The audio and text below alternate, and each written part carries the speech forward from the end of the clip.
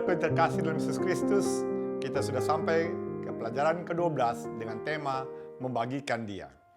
Ayat intinya terdapat dalam Yesaya 54. Tuhan Allah telah memberikan kepadaku lidah seorang murid, supaya dengan perkataan aku dapat memberikan semangat baru kepada orang yang letih lesu.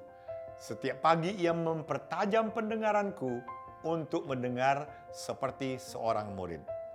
Saudaraku yang kekasih, pekan ini kita memasuki satu tema yang sangat penting bagi gereja umat yang sisa. Membagikan Dia. Namun saudaraku, ini bukan sekedar pelajaran tentang cara menginjil, tapi ini bukan juga hanya tentang strategi pelayanan, tapi ini adalah panggilan rohani yang sangat serius bagi jemaat Laodikia. Sebab kita bisa saja benar dalam doktrin, atau rajin beribadah, aktif dalam kegiatan gereja, tetapi Injil tidak mengalir keluar dari kehidupan kita sehari-hari. Dan ketika Injil tidak dibagikan, saudaraku, kehidupan rohani perlahan dan pasti menjadi kering. Maka itu ajaran Alkitabiah bukan hanya gerakan pengetahuan yang perlu kita miliki, tetapi kita harus bergerak keluar. Makanya kalau Anda perhatikan, kata Advent itu adalah gerakan persiapan. Makanya gereja Advent mempersiapkan umatnya untuk kedatangan Yesus. Dan bukan hanya memahami kebenaran, tapi juga menjadi saksi yang hidup. Nah, coba saudara kita masuk hari demi hari, dan kita masuk pertama hari Minggu dengan tema kelimpahan yang mengalir. Saudara, Yesus menutup Injil Matius dengan sebuah amanat agung. Apa dikatakan?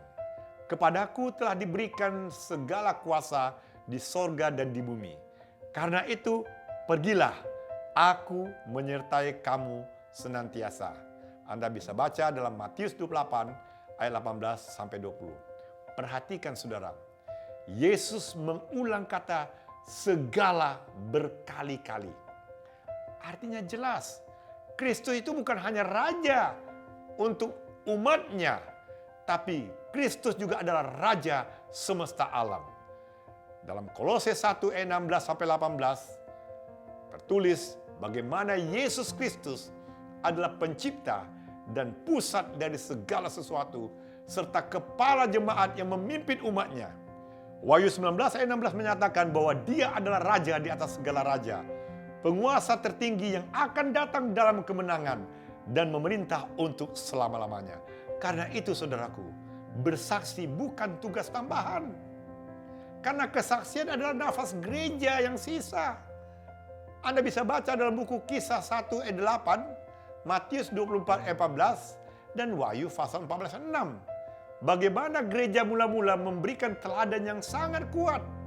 Mereka bukan orang besar, mereka bukan kaum terpelajar, dan juga bukan tokoh terkenal. Anda bisa baca dalam Kisah 4 ayat 13 atau 1 Korintus 1 ayat 20 dan 27. Namun dunia tidak bisa mengabaikan mereka karena satu hal.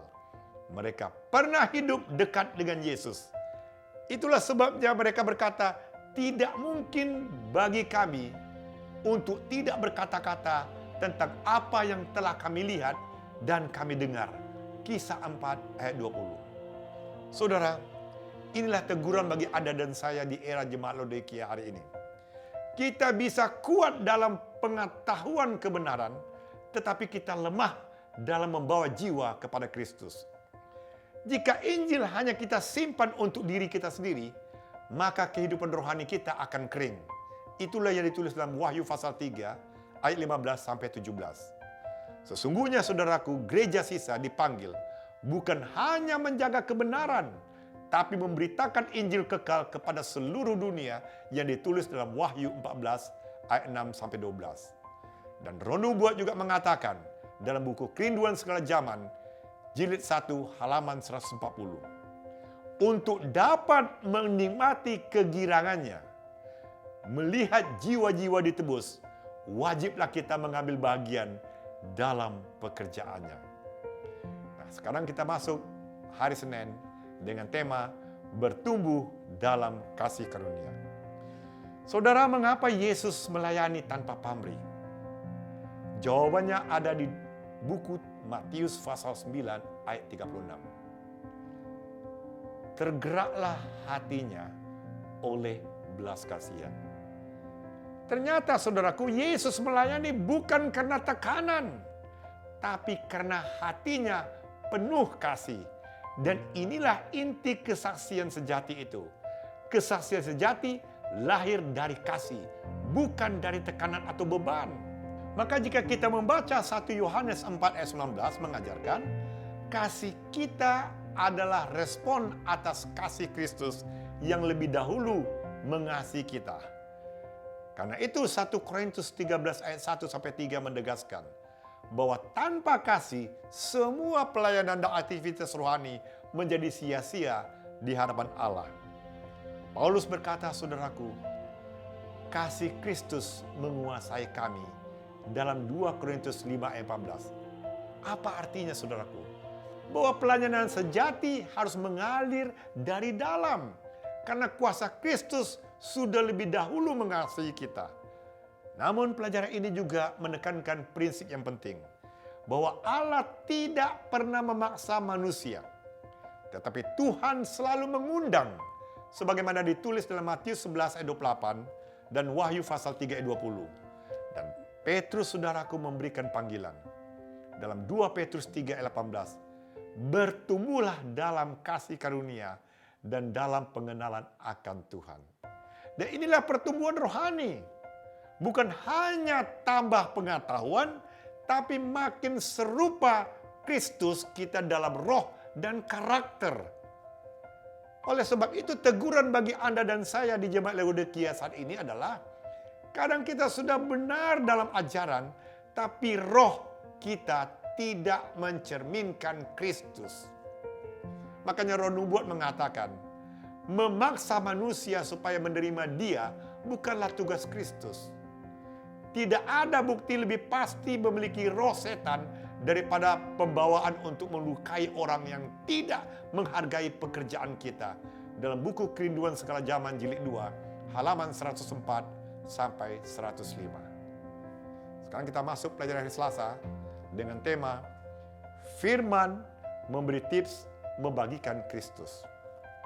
Saudara, Allah tidak memanggil semua orang menjadi pengkhotbah besar, tetapi Dia memanggil semua orang menjadi saksi yang hidup. Makanya kalau kita baca dalam buku Kisah Para Rasul pasal pertama ayat ke-8, ditegaskan bahwa Roh Kudus memberikan kuasa kepada umat Tuhan untuk menjadi saksi Kristus. Dan dalam Matius 5:16 dikatakan bahwa kesaksian itu harus terlihat melalui kehidupan sehari-hari yang bercahaya sehingga orang lain memuliakan Allah. Dan kitab Yesaya berkata, Tuhan memberikan lidah seorang murid supaya aku dapat memberi semangat baru kepada orang yang letih lesu. Yesaya 54 artinya Tuhan sanggup memakai kata-kata kita yang sederhana. Maka oleh sebab itu Petrus menegaskan prinsip yang utama adalah siap sedialah memberi pertanggungjawaban dan lemah lembut dan hormat dalam 1 Petrus 3 ayat 15. Jadi saudaraku, kesaksian Anda dan saya sebagai orang Advent bukan hanya benar dalam isi, tapi benar dalam roh. Lalu bagaimana prakteknya? Tips sederhana, bangun persahabatan yang tulus. Yohanes 13 ayat 35. Berdoalah tanpa henti-hentinya, 1 Tesalonika 5 ayat 17. Dan bagikan satu ayat penguatan. Mazmur 119 ayat 105.